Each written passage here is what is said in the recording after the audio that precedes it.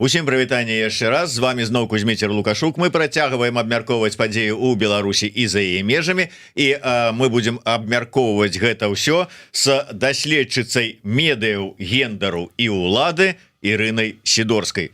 Калі хтосьці падумаў, што это новы чалавек, то гэта не, гэта ўсё тая ж самая наша шаноўная спадарыня Ірына. Добрый дзень, спадарыня Ірына. Добрый дзень. Я вот заўсёды, калі казаў, кажучы, што вось у нас будзе гендерная даследчыца, мы будзем глядзець на ўсе там падзеі там ці здарэнні праз гендерную лінзу, то зараз мне як казаць? Гэта ўсё застаецца, але мы будзем яшчэ глыбей глядзець на ўсе гэтыя падзеі, бо мы будзем паказваць, як гэта звязана з уладай, што гендер не існуе же сам па сабе, там дзесьці ў вакууме, а як менавіта вось улада выкарыстоўвае гендер і, напрыклад, як мы па нейкіх гендерных прыкметах можам зразумець, а якая тут улада.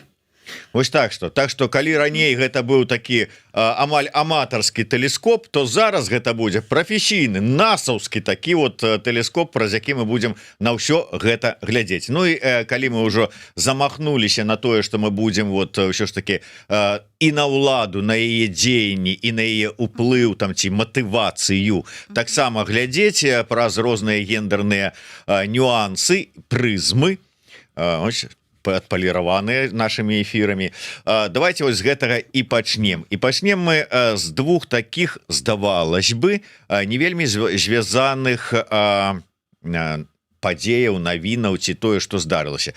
Карацей кажучы, напярэдадні 8 сакавіка Лукашенко у сваім стылі, там звяртаючыся да жанчын, там выказваючы там словы падзякі, там падтрымкі там і ўсяго астатняга у сваім стылі такім патрыархальным, але сярод іншага сказаў: калі што, калі якія праблемы, звяртайцеся да мяне, ўсё парышаю, ўсё вот такі вот маладзец, бацька рышала, нібыта. С аднаго боку, ну калі ж кажуць, жанчына, чаму ж вот не прыйсці, не прынесці сваю нейкія там праблемы. С аднаго боку, з другога боку, гэтая сітуацыя, калі расійская блогерка, хаця не ведаю, ці можна я сказаць расійская, калі яна колькі ўжо з 10-го там ці карацей кажучы, ўжо шмат гадоў жыве, дзе яна там жыве, у Монако. Але ўсё ж таки мы так, па Нішчыбродску так вот у Монако жыве, но баліць ёй Россия. Баліць, понимаете ли, вот расіянкі, якая жыве шмат гадоў у Монако, Россия, а цар же ж, он хороший, он просто не знает, что там творится, и она звярнулася до яго: батюшка Владимир Владимирович, тут вот русский народ ушчымляют, интернет отбирают, и вот усякие жудасці творятся, парышай-ка ты проблемы. И вот жанчыны у Беларусі нібыта вот маюць магчымасць звярнуцца да Лукашэнкі са сваімі праблемамі, і не толькі сваімі, якія ёсць вакол іх. І вось Боня расійская з Монако звяртаецца пра боль расіян да Пуціна. Што аб'ядноўвае две гэтыя гісторыі? Насамрэч вельмі такія добрыя нагоды вось сумясціць гэтыя прызмы гендерную праз медыа, пра камунікацыю і паказаць, як працуе ўлада. Таму сёння дакладна не толькі пра гендер, а вось пра гэтую трыяду. І вось мне як спецыялісткі менавіта вось у гэтых сферах, тут ёсць дзе разгуляцца. Але ўсё ж такі я троху, напэўна, як бы абараню Вікторыю Боню, бо калі так гаварыць пра тое, што вось яна там у сваіх Монаках не ведае, што у Расіі адбываецца, так хутка пра нас з вами такое самае скажуць. Чаму хутка ўжо кажуць? Да, вось жывуць там у сваіх гэтых Варшавах, а пра Беларусь размаўляюць. Таму я думаю, што ўсё ж такі у Вікторыі... Я думаю, ўсё ж такі прычыны, якія вымусілі з'ехаць яе і нас, трошачку розныя. Зусім розныя, але тым не менш Вікторыя Боня застаецца расіянкай, уплывовай расіянкай, яе яе мэтавыя аўдыторыі там, і таму вось як бы будзем пра гэта гаварыць. Але пачнем з Беларусі. Так, мы нават у нашай перадачы там некаторы час назад разбіралі вось гэтую сітуацыю, калі Лукашенко напярэдадні 8 сакавіка як бы прапанаваў жанчынам, калі іх хто пакрыўдзіць, вось абавязкова звяртацца да яго. І мы з вами гаварылі, што гэта, канешне, таксама вельмі паказальна. Но як бы ў беларускай дзяржаве як быццам, ну як бы там няма нейкіх складанасцяў, там як бы ўсё павінна працаваць вось як гэты гадзіннік, там ёсць законы, там ёсць суды, там ёсць розныя інстытуцыі, але атрымліваецца, што вось як бы адзіным спосабам атрымаць сваю праўду, абараніць сваю праўду для беларускіх жанчын, і вось з'яўляецца гэтая прамая камунікацыя з Лукашэнкам. Гэта вельмі паказальна, гэта паказвае, што на самой справе, ну, значыць, не працуюць вашы інстытуцыі, ваш суд, значыць, не працуе ніводны закон, калі трэба звяртацца да кіраўніка дзяржавы. Але цікава тут яшчэ што. Глядзіце, вось вельмі добра паказвае, што беларуская ўлада можа ўспрымаць жанчын тады, калі яны штосьці просяць для сябе. Вось Лукашенко гэта сказаў, што калі вось нейкая у вас праблема, так, звяртайцеся да мяне, і ў ролі такіх прасіцелек, якія вось, значыць, выкладваюць там падрабязнасці сваёй сітуацыі і просяць дапамагчы вырашыць менавіта сваю сітуацыю, вы як бы звяртацца можаце.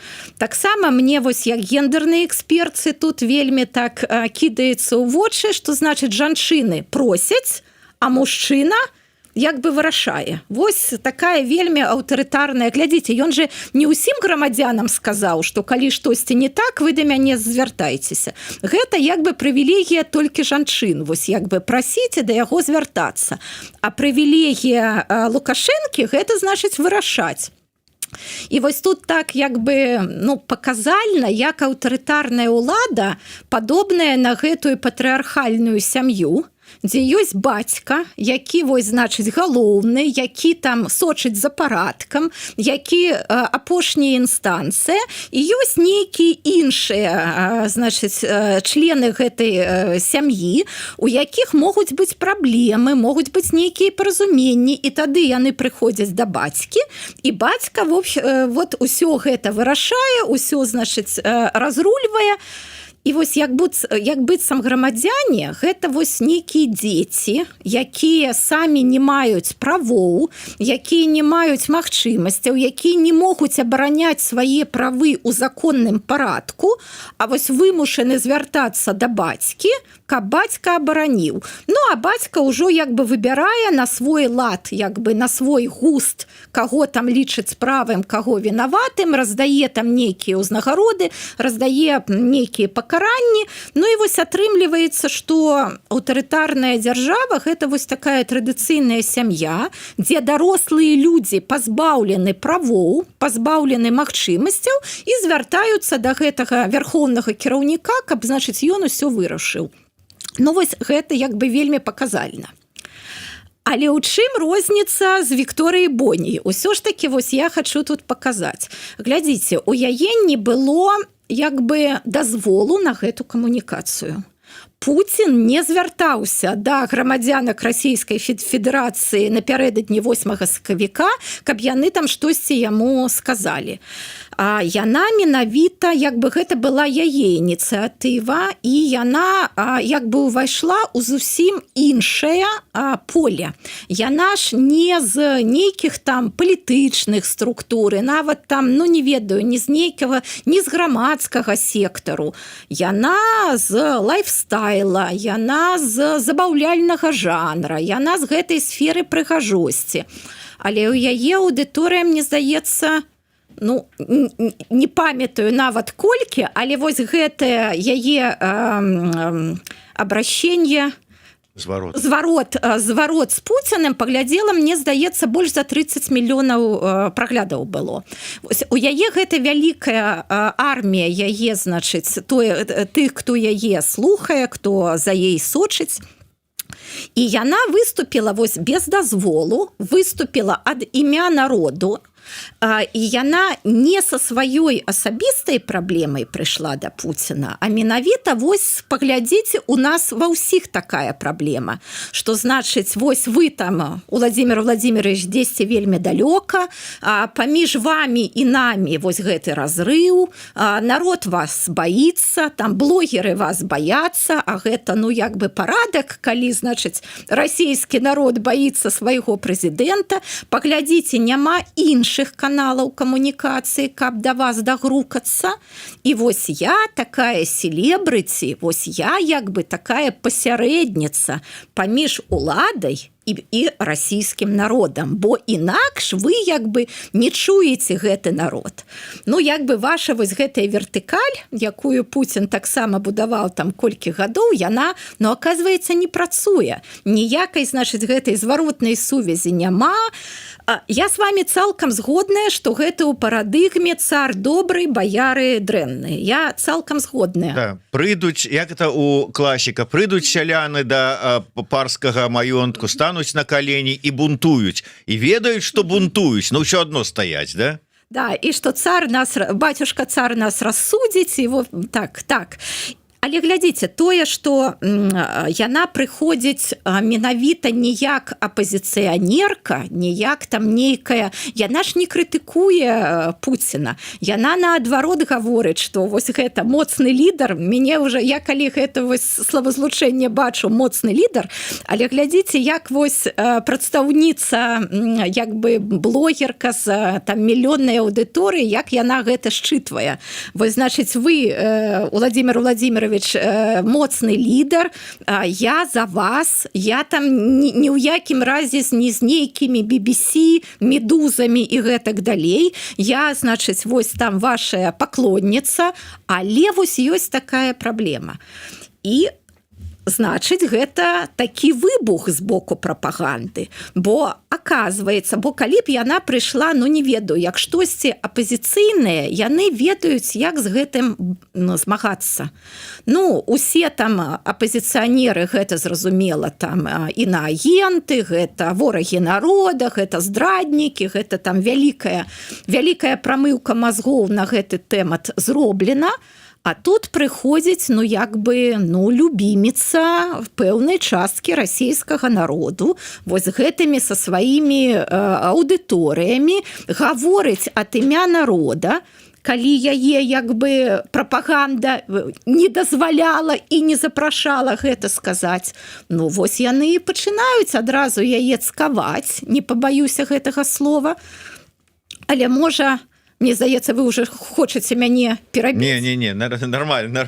Но мне просто вот цікава, вот, ну і далей што? Ну вот прыйшлі, што тут больш яскрава можа быць выражана, паколькі Пуцін не даваў дазвола на такія звароты, але вот прыйшлі з паклонам цар-батюшка добры, звярніце ўвагу. І што? Што тут? У Беларусі, я маю на увазе, ну прыйшлі беларускі са сваімі болямі, са сваімі скаргамі. І што?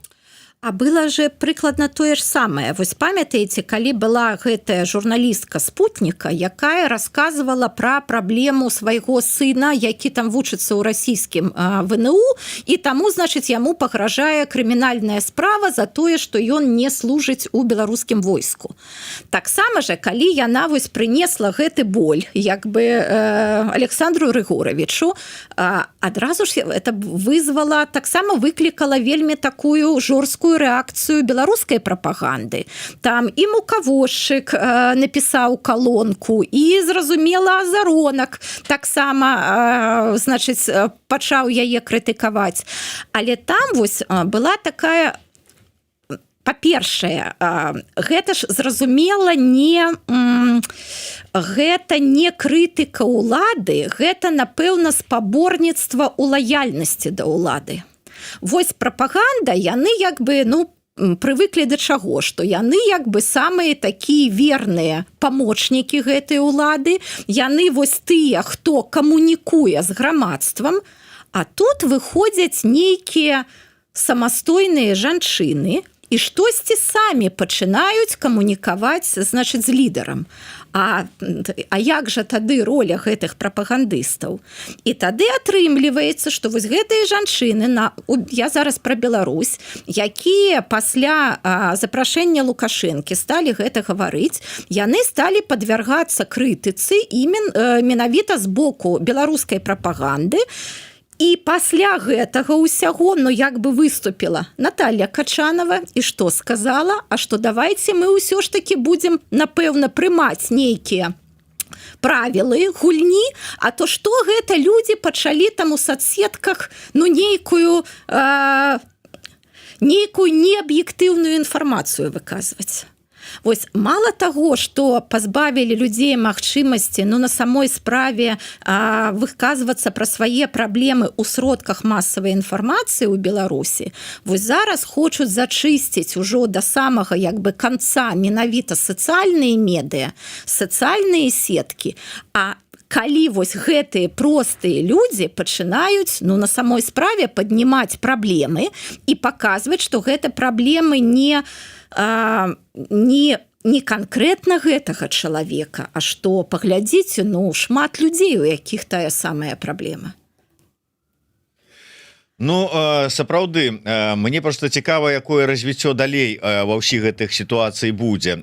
Ці канчаткова закруцяць магчымасці нават пасля дазволу пэўнага звароты свае пісаць, бо ось гэтая ініцыятыва той же самай Качановай выглядае на тое, што да гэтага і вядзе. І як гэта можа, мы ж прывыклі, што на Беларусі, на беларускіх народах народзе адпрацоўваюцца вот эти схемы, як заціскаць гайкі, ці паўтораць гэта ў Расіі, ці там цар не толькі дабрэйшы, но і разумнейшы, баярам там сваім укажуць. А вось давайте я празважаю, я якраз вось таксама разважала на гэтую тэму. Мне здаецца, гэта вось тут якраз Беларусь і Расія, беларуская ўлада і расійская ўлада рознымі сістэмамі кантралявання грамадства займаюцца. Вось у Расіі гэта менавіта як бы блакіроўка інтэрнэта альбо яго запавольванне, і як бы нават калі ты хочаш штосьці сказаць, у цябе няма тэхнічнай магчымасці для гэтага. У Беларусі іншая сітуацыя. У Беларусі інтэрнэт працуе. Так, зразумела, экстрэмісцкія медыа праз VPN, але... То есть можаш сказаць, але попробуй только скажы. Вось, менавіта я пра гэта і гавару. Там хочуць... Вось, зусім нядаўна Алесь Бяляцкі даваў інтэрв'ю і гаварыў пра тое, што Беларусь як бы суцэльная турма. А я вось тут хацела б, напэўна, трохі паправіць нобелеўскага лаўрэата і сказаць, што хутчэй Беларусь зараз нагадвае вось гэту суцэльную хатнюю хімію. Бо турма гэта ў цябе ёсць тюрэмшчыкі, у цябе ёсць гэтыя брамы, і ты як бы, ты хочаш штосьці рабіць, але ў цябе нет магчымасцей для гэтага. А вось хатняя хімія гэта калі людзі як быццам бы на свабодзе, як быццам бы дышаць паветрам, але самі баяцца што-небудзь зрабіць, таму што вось гэтыя правілы гульні настолькі невызначаныя. Вось, напрыклад, экстрэмізм. Хто наогул разумее, што такое экстрэмізм? Можна толькі сказаць, гэта тое, што не падабаецца беларускай уладзе. Але гэтага мала, чтобы зразумець, можна гэта глядзець, ці можна там нейкі лайк паставіць, ці можна там штосьці напісаць. Сёння можа не экстрэмізм, а заўтра экстрэмізм, а аказваецца закон зваротную сілу мае у Беларусі, і як бы у цябе будуць вялікія праблемы. І вось мне здаецца, што беларуская ўлада, яна менавіта зрабіла стаўку на запалохванне людзей, каб людзі самі не карысталіся вось гэтай магчымасцю выказвацца, слухаць адно аднаго, там спрачацца аб чымсьці, нават у сацыяльных сетках. Так, вось тэхнічныя магчымасці для гэтага ёсць. Інтэрнэт працуе, але гэта гэта настолькі рызыкоўна, настолькі небяспечна, ну што зразумела, як бы нармальны чалавек 10 разоў падумае, ці трэба гэта рабіць.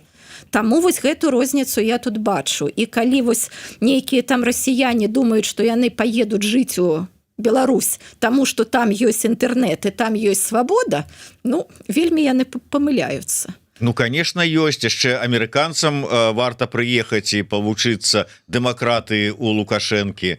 Что-то ж вот уже сказано на мільённую аўдыторыю. Ну так, досвед Амерыкі 250 гадоў будзе ў ліпені дэмакратыі, ён як бы мала чаму навучыў, а вось у Лукашэнкі можна.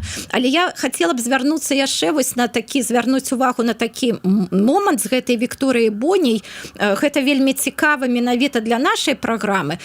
Як яе стала цкаваць прапаганда.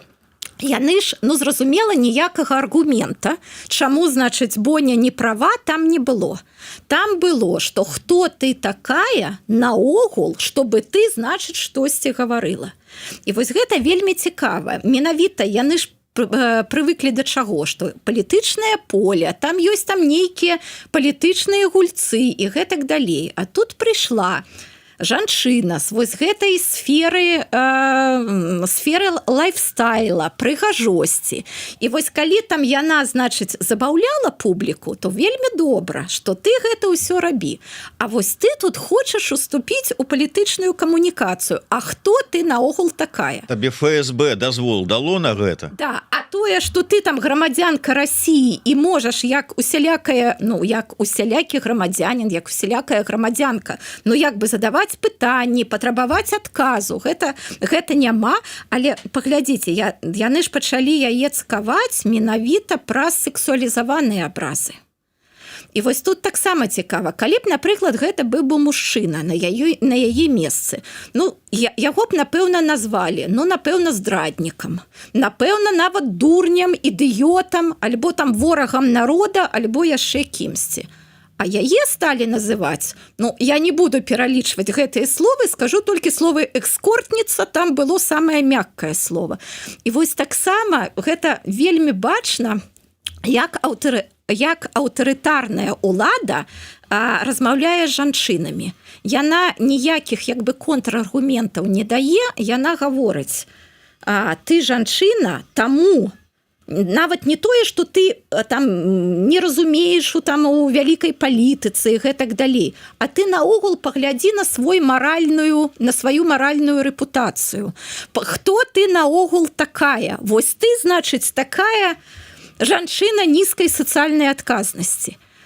Ну, і тут Боня задала вельмі добрае пытанне. А як гавораць традыцыйныя каштоўнасці? Якія, значыць, у Расійскай Федэрацыі галоўныя? Як гэта можа быць, што, значыць, мы за традыцыйныя каштоўнасці, а яе, значыць, гэтыя дарослыя мужчыны, як яна напісала, гэтыя Салаўёў, Мілонаў, іншыя, ну, як бы абражаюць сексуалізавана публічна.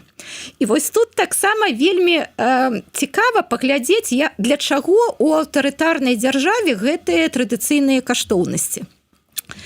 Аўтарытарная дзяржава хоча сказаць, што традыцыйныя каштоўнасці гэта як бы абарона жанчыны, альбо там павага да жанчыны маці, альбо там нейкая маральнасць, прыстойнасць і гэтак далей.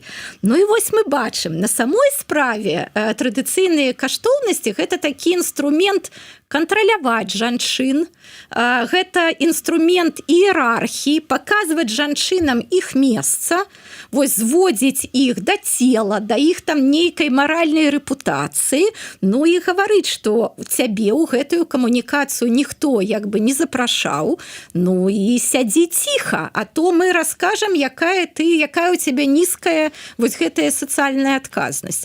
Таму, калі хтосьці як бы верыць пра тое, што традыцыйныя каштоўнасці ў аўтарытарных дзяржавах гэта вось пра павагу і маральнасць, на жаль, гэта зусім не так. І вось на прыкладзе Боні гэта вельмі бачна.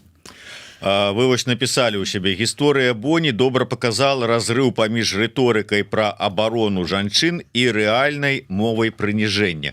А вось больш так шырака мова прыніжэння ўсё ж таки гэта вот як оно выглядае, гэта што? Вось менавіта тое, што вось я пачала гаварыць, ніводнага контраргумента Боні не было, што вось ты там, напрыклад, вы там гэтага не ведаеце, а вось ёсць вот это, а вось на гэта вы там не звярнулі ўвагу. Ніякага контраргумента не было. Было наогул, хто ты такая, куды ты лезеш, хто цябе запрашаў, і не тое, што ты там недасведчаная, што там у цябе, не ведаю, няма там нейкіх палітычных кампетэнцый, хаця і іх і не патрэбна мець. Яна грамадзянка гэтай краіны, яна можа задаваць любыя пытанні у тым ліку лідару, і для гэтага не трэба быць, не ведаю, там доктарам палітычных навук. Любы грамадзянін, любая грамадзянка можа іх задаваць. Але нават не тое, што яна недасведчаная, але тое, што ў яе нізкая маральная рэпутацыя. І гэта, лілося, на самой справе з федэральных каналаў, і там былі прамыя сексуалізаваныя абразы. Што мы гаворым, калі, значыць, пасля на наступны дзень Салаўёв, значыць, абмацярыў Джорджа Мелоні. Так вы ж краіна традыцыйных каштоўнасцей. Вось я таксама час ад часу, як бы мяне гэта, нават так... Вы ж гаворыце пра павагу да жанчын, пра маральнасць, пра прыстойнасць. Але глядзіце, як усё гэта працуе. Гэта працуе толькі калі жанчына правільная з пункту гледжання дзяржавы. Калі яна робіць тое, што дзяржава ад яе чакае. Вось калі, напрыклад, яна маўчыць, і робіць усё тое, што дзяржава хоча. Вось, напрыклад, у минулы раз там наш чытач, наш глядач пытаў, што там наконт года беларускай жанчыны. 8 сакавіка прайшло. Зараз можна ўзяць паузу, а потым, можа, там будзе яшчэ нейкая дата, альбо яшчэ нейкая падзея, і дзяржава ў чарговы раз успомніць, што ёсць жанчыны. А зараз, як бы свята прайшло, можна пра гэта не гаварыць. Так вось менавіта пра тое, што краіна традыцыйных каштоўнасцей на самой справе патрабуе ад жанчын вось альбо маўчаць і рабіць усё тое, што хоча дзяржава, альбо можа гаварыць, але вось па спецыяльнаму запрашэнню, як зрабіў гэта Лукашенко, і таксама ў вельмі вузкіх рамках, бо калі жанчыны беларускія пачалі нават па запрашэнню гэта рабіць, прапаганда, а потым і Качанова ім сказала, а што ж гэта вы такія актыўныя, не там, дзе трэба. Не, гэта было так, для галачкі, а вы маўчыце. Давайте можа быть, не тое, што на іншую тэму, а як працяг. Ось я зачаплюся за ваши словы, выразы там пра традыцыйныя каштоўнасці. Найперш, гэта ж звыклая з'ява, як і для законы, якія как бы для простых людзей законы, а сябрам усё. Так і тут. Традыцыйныя каштоўнасці — это для нас, для простых беларусаў там у Беларусі ці расіян у Расіі традыцыйныя каштоўнасці. А калі гаворка пра Лукашенку, да прыкладу, то не смотрите на меня. Я вот как бы вот жену кинул, у капусте третьего сына знайшоў, с кем живу, неважно. Тут традыцыйныя каштоўнасці как бы так трошку подгуляли, но неважно. Экскортница. Гэта вот калі пытанні задаюць аўтарытарным лідарам, тады экскортница. А калі яна, маладая прыгожая дзяўчына, сядзіць з табой на лядовым палацы, там дзе-нибудь у віп-ложы, то гэта суправаджэнне, гэта вот что-то іншае, гэта не экскортница. І вот як у сітуацыі з Лукашенкам і гэтай дзяўчынай, якую заўважылі побач з ім, фіналістка конкурсу прыгажосці Алія Кароткая, Ну здавалася б, ну вот дзяўчына, а што не так з пункту гледжання традыцыйных каштоўнасцяў, такога дрэннага слова экскортніца, тут нешта іншае ці вот як? Ну, здаецца, вы уже палову сказалі, я з вами згодная, а тое самае, можа вось трэця роля жанчын у Беларусі, перш за ўсё лукашэнкаўскай, упрыгожваць. Вось, значыць, большая частка жанчын павінна маўчаць і рабіць тое, што патрабуецца. Невялічкая частка жанчын можа штосьці гаварыць, але толькі па запрашэнню, а ёсць частка маладых жанчын, які упрыгожваюць сабой уладу. І вось гэта, мне здаецца, менавіта пра гэта. Ну, цалкам такая... Но яшчэ, правда, пра тое, што потым ідуць размовы, што то там пазашлюбнага там дзіцёнка знайшлі. Ну так наўпрыгожваліся. Ну, я згодна, я наогул думаю, што вось тыя ж самыя файлы Эпштейна, ну, як бы мы будзем таксама мець, безумоўна, тую самую сітуацыю праз некаторы час, і таксама як бы даведаемся, ну, штосьці мы ведаем зараз, а калі мы даведаемся да маштабу гэтых з'яваў, ну, таксама гэта будзе як бы у пэўным сэнсе шок, бо ўсё ж таки, думаю, не здагадваемся менавіта пра маштаб. Ну, тое, што вы сказалі, што дзяржава, яна як бы яна выкарыстоўвае вось гэтых маладых жанчын для таго, каб упрыгожыць сябе, каб паказаць, што яна, паглядзіце, ну, яна улада нармальная, яна нават з такімі, ну, не ведаю, такімі прыгожымі тварамі гэтая дзяржава. Але, ну, зразумела, калі галоўным капіталам маладых жанчын з'яўляюцца знешнасць і лаяльнасць, і дзяржава гэта ўвесь час падкрэслівае, што паглядзіце, вось вельмі такі адзін з галоўных сацыяльных ліфтаў для маладых жанчын гэта прыгажосць і гэта лаяльнасць уладзе. Яны ж такія, вось калі, напрыклад, вось тая дзяўчына, пра якую вы сказалі, напрыклад, калі яна захоча штосьці зрабіць самастойна, штосьці спытаць, вот тады яна таксама атрымае гэты лейбл эскортніцы і вельмі-вельмі хутка.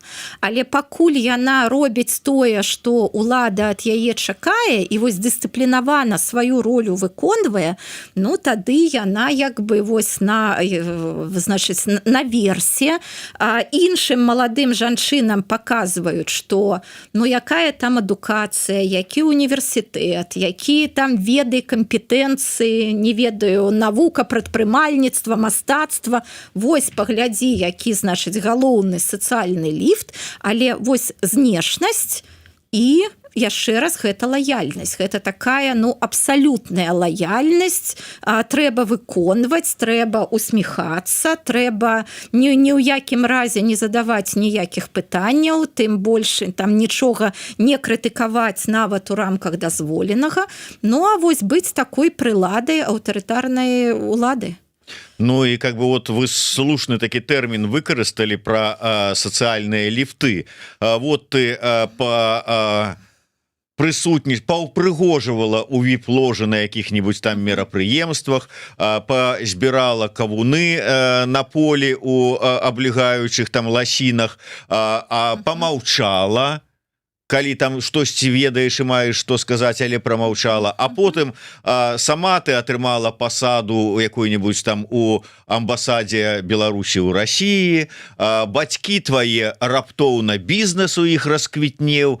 То бок, вот табе сацыяльны ліфт, то есть как бы такое показываюць арыенціры, потрапіш у віп-ложу да вось султана, і ўсё наладзіцца, і ў цябе, ў тваёй сям'і, там можа быць і ў сваякоў дальніх. І будзеш яшчэ прыкладам для іншых дзяўчат, бо гэта вось яшчэ раз, гэта ж паказвае грамадству, гэта ж не робіцца тайна. Мы ж гэта бачым, гэта нават, ну, не тое, казыраюць этим. Да, не тое не саромеюцца, а казыраюць, і гэта паказваюць прыклад іншым дзяўчатам, не ведаю, там дзяўчатам падлеткам, іх бацькам, што вось паглядзіце, якая можа быць слушная, як бы, які можа быць слушны выбар там бы у вашай дачкі і гэтак далей. Вось нават пра гэтую дзяўчыну, пра якую вы гаварылі, таксама вось калі журналісты рабілі пра яе, ну, пра яе рэпартаж, там же былі здымкі, ну, напрыклад, з гэтага дварца незалежнасці, палаца незалежнасці. Яна там увесь час паказвае сваю лаяльнасць з аднаго боку, а потым, значыць, яна там са сваей маці, са сваім бацькам, і вот маці паказвае, паглядзіце, якая ў мяне прыгажуня. І я вось таксама думаю, ну, не ведаю, ты не разумееш, што ты як бы прадаеш сваё дзіця. Вось я таксама на гэта гляджу. Ну вось мы там, не ведаю, чыталі ў класічнай літаратуры, калі там выдавалі там дачку замуж за багатага, каб вось сям'я засталася там жыць і гэтак далей. А ты не тое самае робіш, но ўсё ж такі мы ў 21 стагоддзі у цэнтры Еўропы. І вось яшчэ раз, нават калі я вось успамінаю, што калі я працавала ва ўніверсітэце, тыя ж самыя былі конкурсы прыгажосці. Ну вось я заўсёды, зразумела, скептычна да іх ставілася, але я вось калі пытала, ну вось для чаго яны, а мне гаварылі, ну каб вось у дзяўчат былі там нейкія магчымасці. І мне заўсёды было незразумела, ну гэта ж гаворка ідзе пра студэнтак. Універсітэт, галоўная іх магчымасць. Значыць, гэта не галоўнае, аказваецца, ў нашай краіне. І таксама вось... То есть не бібліятэка, дзе падручнікі ёсць, не з аўдыторыі, з выкладчыкамі, якія табе веды даюць, а подіум... Нейкія прафесіянальныя сувязі, прыходзяць, напрыклад, тыя працадаўцы, там ты ідзеш на практыку і гэтак далей. Не, аказваецца, гэта ўсё не галоўнае, а вось менавіта, калі ты засвецішся на нейкім конкурсе прыгажосці, вось гэта даст табе магчымасці. Ну так пра што мы тады гаворым на самой справе? Ну вот і тут не толькі да арганізатараў конкурсаў прыгажосці, ну калі яны просто конкурсы прыгажосці дзе-нибудь там у жыцці, гэта адно, але ў сценах універсітэта, ну нават не ведаю, але вот пытанне Гары Дэвідсон там задае, дык а хто прымае рашэнне быць такой прыладай улады? Ідзі працуй і не будзеш прыладай. Ну вось вы таксама сказалі, ёсць бацькі, якія самі пхнуць на вот это конкурсы, ёсць дэканы, якія ва універсітэце даюць зялёнае святло, давайте вот нам умоўна на юрфаке, дзе табе трэба вучыць права, а ты вот как бы удзельнічаеш у конкурсах, і гэта лічыцца как бы, ну, маладзец, не ў бібліятэцы сядзіш, а па подіуму ходзіш. Вот. То бок і дзяўчаты, якія на гэта пагаджаюцца, што яна не ведае, для чаго у віп-ложу запрашаюць. Ну, наконт дзяўчат, можа, яшчэ і не ведае. Усё ж такі, наконт дзяўчат, можа, і не ведае, паўтару гэта.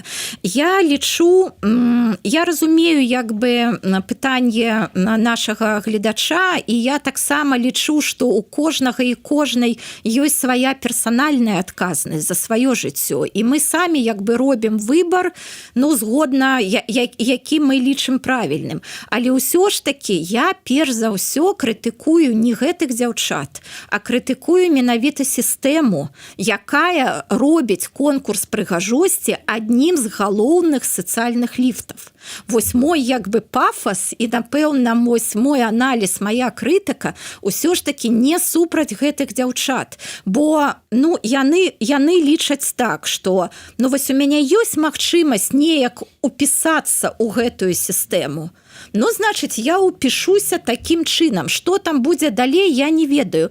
Ну, глядзіце, а колькі, напрыклад, людзей дарослых, ну, як бы таксама упісваюцца ў сістэму, можа, не так, як бы заўважна для нас, але, ну, як бы лічаць, напэўна, што змагацца з гэтай сістэмай не варта, я ўсё роўна не перамагу, ну, тады я паспрабую неяк выкарыстаць гэтую сістэму.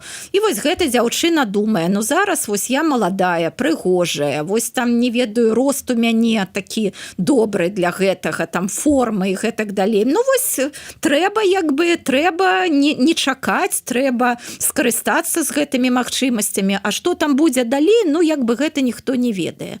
Таму вось яшчэ раз, усё ж такі значна больш вінаватая сістэма, чым канкрэтна вось гэтыя усё ж такі вельмі нешматлікая колькасць дзяўчат, якая, ну, як бы ідзе па гэтаму шляху. Вось даволі часта сходныя пытанні задаюць, што вось, а чаму вось гэта жанчына як бы служыць уладзе, вось гэтая жанчына. я ніколі не гаварыла про тое, што ўсе жанчыны як бы добрыя, усе жанчыны дэмакратычныя. Не, жанчыны розныя, гэтаксама як і мужчыны. Адні выбіраюць такі шлях, іншыя выбіраюць зусім іншы шлях. Але на самой справе жанчын, якія служаць сістэме, мала. Яны просто больш кідаюцца ў вочы. І я маю на ўвазе і вось такіх прыгажунь, і, напрыклад, не ведаю, Качанаву, Петкевіч і гэтак далей. На самой справе жанчын ва ўладзе значна менш, чым мужчын. Але, безумоўна, ёсць і такія жанчыны. Так, мужчыны пабудавалі такую сістэму ўлады, каб вот выкарыстоўваць для сваіх прыхацяў і жаданняў, не зусім, можа быць, добрых, скажем так, жанчын. Так і ёсць. Так і ёсць. Але уже калі на гэта ўсё ж таки пашло, завяршаючы, сям'я. Ну вот я хотя і не вельмі згодны з вами у тым, што яны не зусім разумеюць, но мы ж кажам не про там 15-гадовых, 16-гадовых дзяўчат. Дзяўчаты ўжо там 18-20 гадоў ідуць туды, яны не разумеюць, што ад іх 18-20, не 30, не 40. Ну, конечно, і не 50. Тут я з вами згодны. Але з іншага, а сям'я? Вот бацькі, якіх раптам пасля таго, якіх дзяўчына з'явілася побач у віп-ложы і бізнес пайшоў на папраўку, не разумеюць, дзякуючы чаму і за што, і хто расплачваецца за гэты поспех. І ўсё нормально, то есть прымаецца, ну добра, давай, сядзі там, рабі, што хочаш. Галоўнае, тут у нас все наладзілася. Падзяляю з вами, і мне таксама складана адказаць на гэтае пытанне, але напэўна таксама бачыць сістэму і бачыць пра тое, і напэўна згодныя з тым, што сістэма будзе іх і іх дзяцей выкарыстоўваць. І напэўна толькі розніца ў тым, як будзе выкарыстоўваць.